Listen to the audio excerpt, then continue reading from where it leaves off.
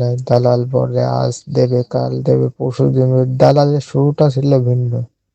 তো গাইস, কালকে আমি একটা ভিডিও করছিলাম যে যদি আপনারা আপনাদের সাথে ঘটে যাওয়া দালালের বিভিন্ন ধরনের প্রতারণার কোনো ঘটনা আমার পাঠাতে চান তাহলে পাঠাবেন। তো আমার যশোর জেলার থেকে একটা ছেলে দেখেন আমার কাছে একটা রেকর্ডিং পাঠাইছে, তার রেকর্ডিংটা আপনারা শুনেন। আসসালামু আলাইকুম, আমি রাকিব বলছি, একজন বাংলাদেশের নাগরিক হিসেবে যশোর জেলা থানা থেকে বলছি। আমি তুর্কি সাইপ্রাসে কাগজপত্র জমা দিয়েছিলাম আপনার 24 সালের দিকে। বিগত একটা বছর পার হয়ে গেল, 24 সাল শেষে 25 সালের দিকে পিছাই দিয়েছিলাম, 26 সাল, এখন প্রায় এক বছর পার হয়ে গেল, এখনো কিছুই হয় নাই। দালাল বলে আজ দেবে কাল দেবে পরশু দেবে, দালালের শুরুটা ছিল ভিন্ন। প্রথম সপ্তাহে টাকা নিছিল 2.5 লাখ।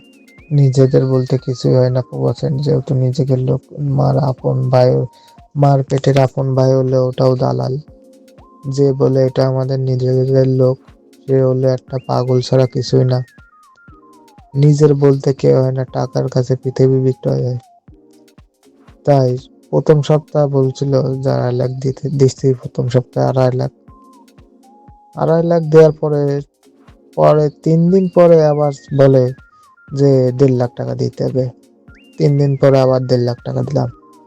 তার 10 দিন পরে ফিঙ্গার দিয়ে নিয়ে গেল। ফিঙ্গার দিয়ে নিয়ে আসার 5 থেকে 7 দিন হয়ে গেল। দালালের বাড়ি বললাম কি দেখি, বললো এই মাসের মধ্যে উঠিয়ে দেবে, তোমরা টাকা পয়সা গুছাও, তোমাদের উঠিয়ে দেবো, টাকা পয়সা যেখানে যা আছে সব বাসায় নিয়ে এসে রাখো, তাহলে টাকা পয়সা কয়টা এক জায়গায় থাকবে, চা মাত্র দিয়ে দেবে। টাকা তো 8 থেকে 9 লাখ টাকা কন্ট্যাক্ট করে 4 লাখ তো দিয়ে হয়ে গেল, 4 থেকে 5 লাখ টাকা।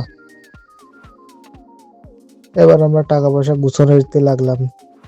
এবার 15 দিন পার হয়ে গেল, কোনো সংবাদ পাচ্ছি না, খালি বলে এই সপ্তাহে এই সপ্তাহে, খালি বলে এই সপ্তাহে এই সপ্তাহে। এবার আরো 5 দিন পার হয়ে গেল, কোনো সংবাদ নেই। পরবর্তীতে তার জিজ্ঞেস করা হলো কি দেখি, হুট করে আমাদের এক নিজেদের তাদেরই দায় দিয়ে হয়, যার মাধ্যমে কাগজপত্র দেওয়া, বা আমি আর আমার এক ভাই কাগজপত্র দিয়েছিলাম। ও, আমি হোল্ডিং শপে কাজ করি, এখন ও আমার দোকানে যে বলে ভাই এখন বিদেশ যেতে গেলে 6 মাস সময় লাগবে, তা তোরা যদি রাখলি রাখ, না রাখলি টাকাগুলো ফিরে নে। তা আমি করছি হুট করে 2 মাস পরে টাকা দেয়া গেল, ফিঙ্গার দিয়ে আসলাম হুট করে, এই দিয়ে বলতেছে কি ফেরা। তাও বলে যে ও সমস্যা আছে তুই বুঝবি না, মেলা মায়ের পাস, তুই টাকা রাখলে রাখলে ফিরে যেতে। আমি হুট করে মনে সন্দেহ লেগে ওদের বাসায় গেলাম, যে দেখি মরণের কান্দা কাঁদছে, মনে হচ্ছে একজন মারা গেছে। তা কি দেখি, প্রথমে তো কিছুই বলে না, পরে বলে একটা পাকিস্তানি লোক তাদের টাকা পয়সা সব মেরে দিয়েছে, 1 কোটি টাকা মেরে দিয়েছে। তুর্কি সাইপ্রাসে থাকে, পাকিস্তানের দালালি করে, এও দালালি ও দালালি, ওই মেন দালাল, এই তো হলো চামচা দালাল। এখন যখন 1 কোটি টাকা মেরে দিয়েছে, এখন কান্দাকাটি। এর কিছুদিন আগে শুনি ওরা জমি জায়গা কিনেছে, এই সেই 60-17, তারা কিনতেছে তাদের নিজের টাকা, আমরা আর কি বলবো। তার কিছুদিন পরে শুনি আবার নাই, টাকা মেরে দিচ্ছে, বিভিন্ন ধরনের কথাবার্তা।